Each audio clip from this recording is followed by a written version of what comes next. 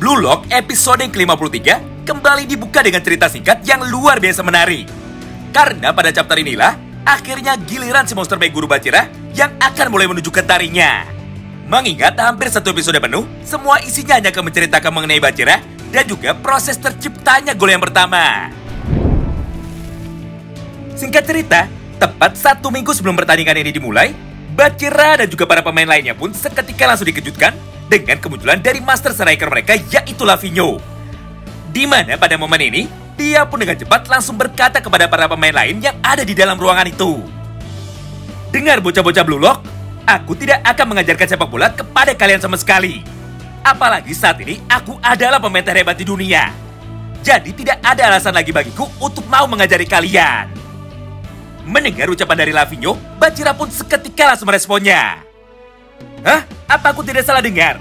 Karena setauku pemain terhebat di dunia saat ini adalah Noel Noah.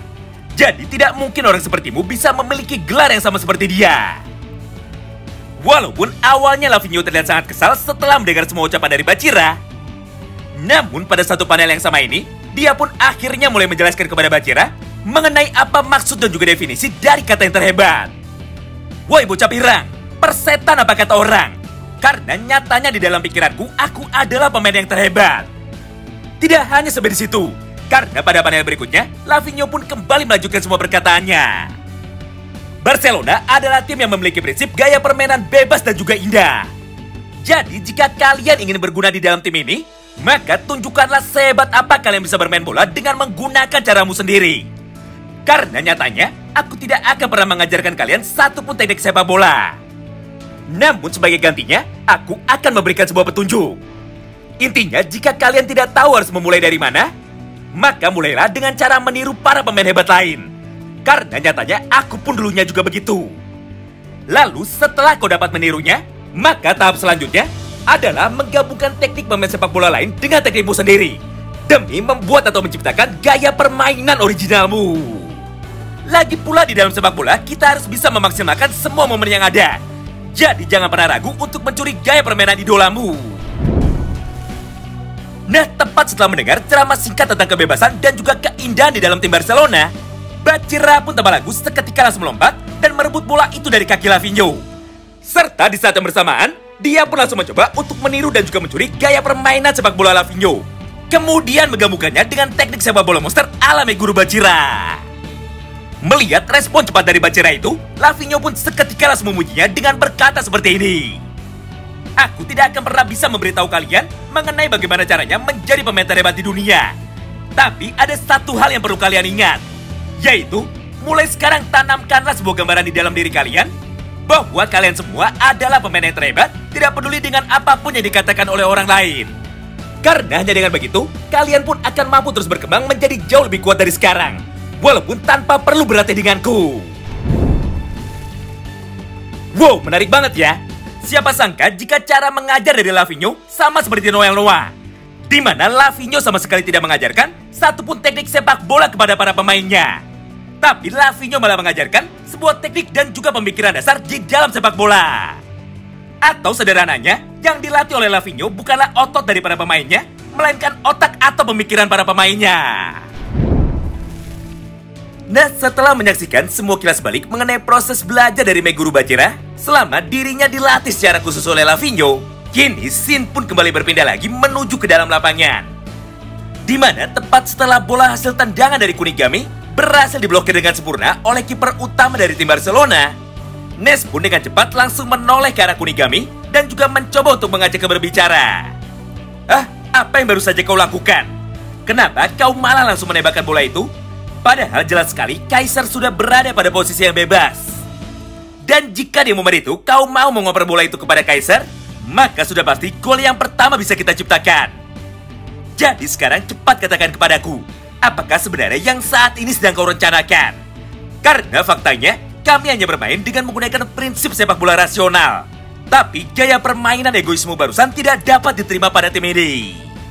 Mendengar semua ucapan dari Nes itu, Kunigami pun tanpa pikir panjang langsung membalasnya. Lalu kenapa? Apa kau pikir aku kelihatan peduli dengan semua ucapanmu itu?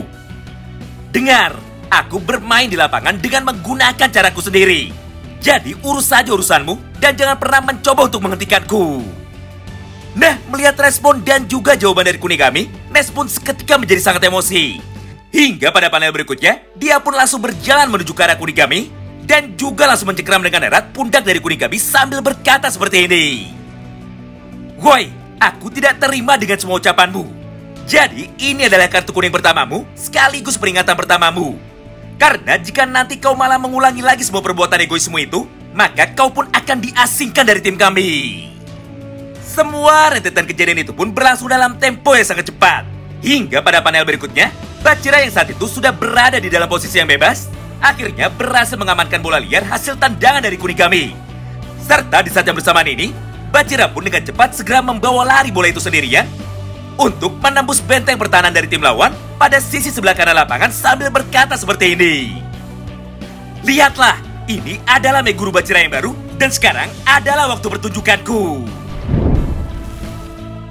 Nah, pemain yang menjadi korban pertama dari kebangkitan Bachira adalah seorang pemain gelandang bertahan dengan nomor punggung 8, yaitu Ali Hamzah.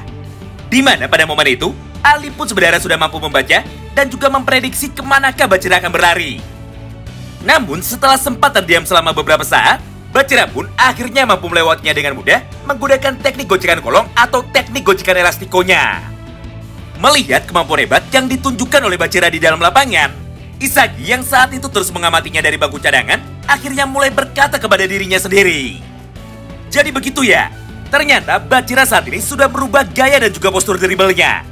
Dimana jika sebelumnya Bachira bermain sangat agresif ketika dirinya membawa bola, namun saat ini semuanya justru malah berbanding terbalik.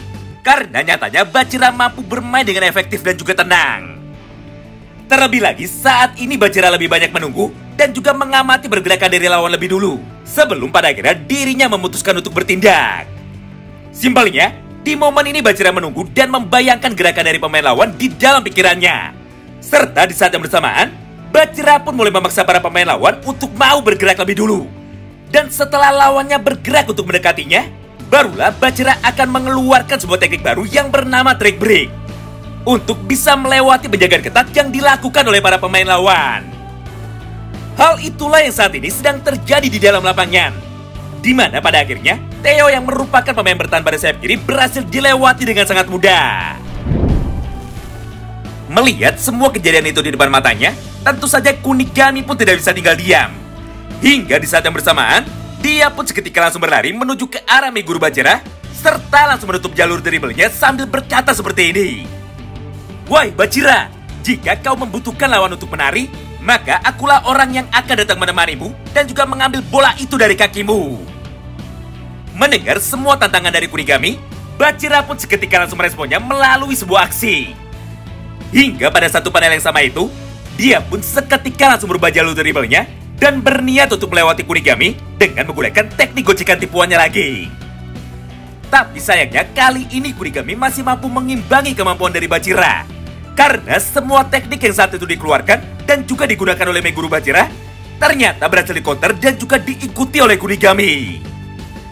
Namun setelah beberapa kali percobaan dan setelah mampu membaca gaya permainan dari Kunigami, Bachira pun pada akhirnya mampu melepaskan diri dari penjagaan Kunigami dengan menggunakan kecepatan berlarinya ketika dia melakukan teknik gocekan double touch. Nah, setelah Kunigami sudah berhasil dilewati, kini Bachira pun seketika langsung dikejutkan dengan kemunculan dari dua orang penyerang sayap yang saat itu dipaksa untuk ikut bertahan, yaitu Benedict Grimm dan juga Eric Gessner.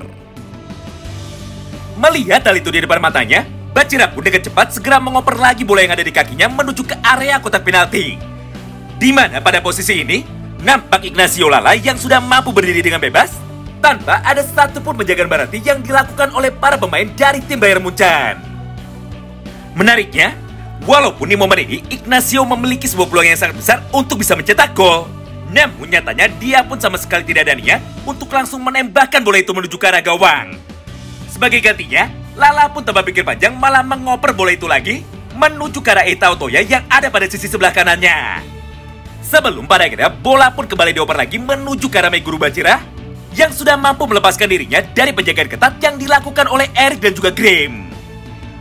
Hingga pada akhirnya Bachira pun seketika langsung melompat ke udara, serta di saat yang bersamaan dia pun segera menyambut sebuah umpan lambung dari Otoya dengan menggunakan satu tendangan volinya menuju ke sudut kiri atas dari gawang tim Jerman.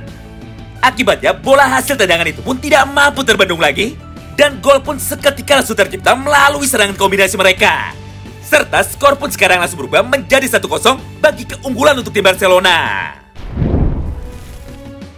Wow, menarik banget ya.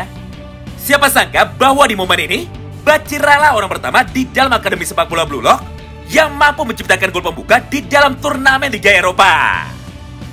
Melihat semua hal itu terjadi di depan matanya, Inzaghi pun seketika langsung berpikir mengenai apakah sebenarnya alasan di balik berkembangnya kekuatan dari Bacira yang luar biasa pesat. Sampai setelah beberapa saat berlalu, dia pun berhasil menemukan jawabannya, di mana inti perkataan dari Inzaghi kurang lebih seperti ini.